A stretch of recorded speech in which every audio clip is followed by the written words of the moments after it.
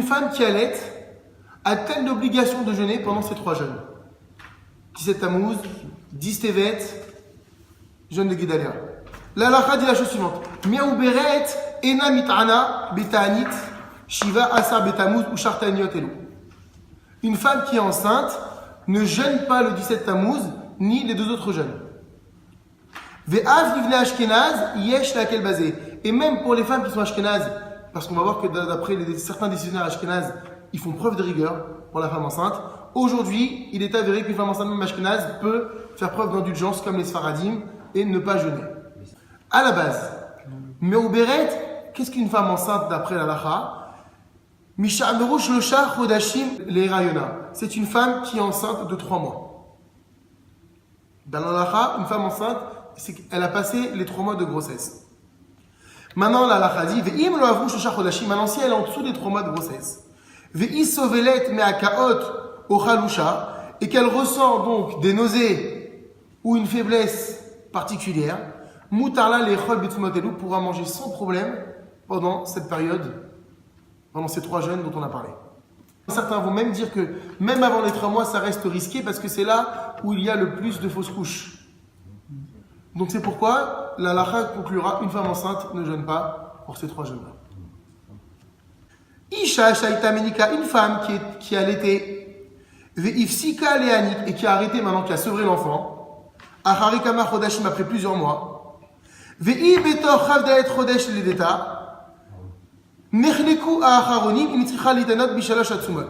Une fois qu'elle a arrêté d'allaiter, les décisionnaires sont en marloquette pour savoir si elle doit reprendre les jeûnes ou pas.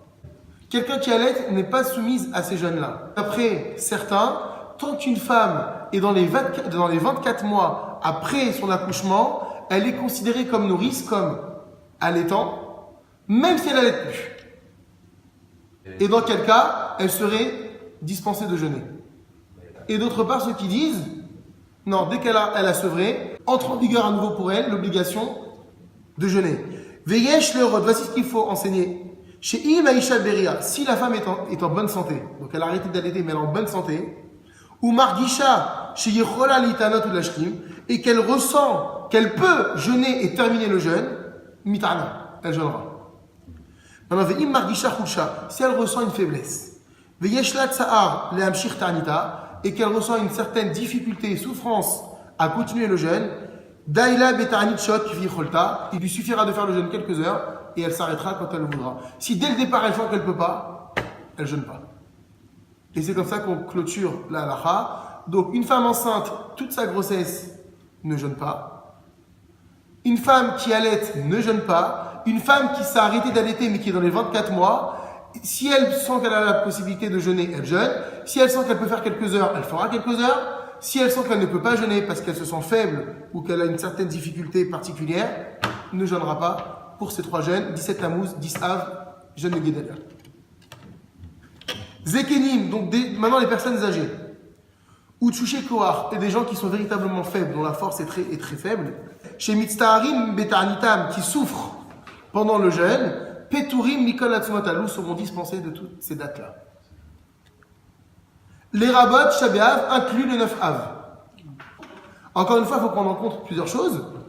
Une personne âgée qui ne souffre pas doit jeûner. Ça ne change rien. Maintenant, si le fait de jeûner va causer une véritable maladie, qu'on soit âgé ou pas âgé, ça ne change rien, on ne jeûne pas pendant ces périodes-là.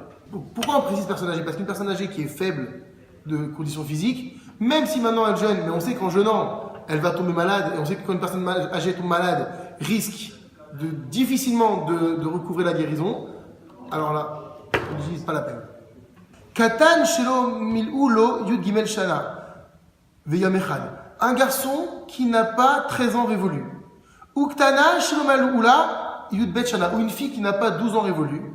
Peturim mita'anit yud zayin betamuz sont dispensés de jeûner et le 17 Tammuz, et Tisha B'Av, et le jeûne de Guédalia, et le 10 Tevet, et le jeûne d'Esther. Va filu ta'anit sharot, même un jeûne de quelques heures, en lem litanot, ils n'ont pas lieu de jeûner. Et là, chez Yesh lem litabel ala chouban, mais c'est bien de leur faire comprendre l'idée du deuil de la destruction du temple. Donc tu l'emmèneras avec toi à la synagogue, tu diras, tu vois, on sort la Torah aujourd'hui, on lit le jour, on lit la paracha relative au jeûne, et tu l'expliques les raisons de cette journée-là. Donc lui, ça, il faut le faire. Veyesh machmirim, et certains sont rigoureux. L'omar she'en la'achilam la'lechem ma'im, et disent qu'il y a lieu de ne leur faire manger ce jour-là à ses enfants que du pain et de l'eau.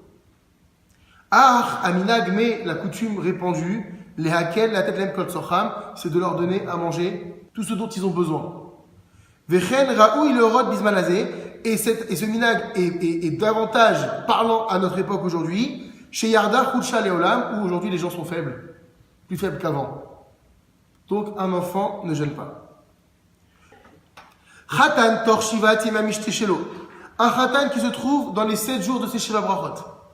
Ce sont 7 jours de festin. Vechen aviaben, ainsi le père du bébé, le jour de la brit mila. Asandak, donc c'est celui qui porte le bébé sur la chaise.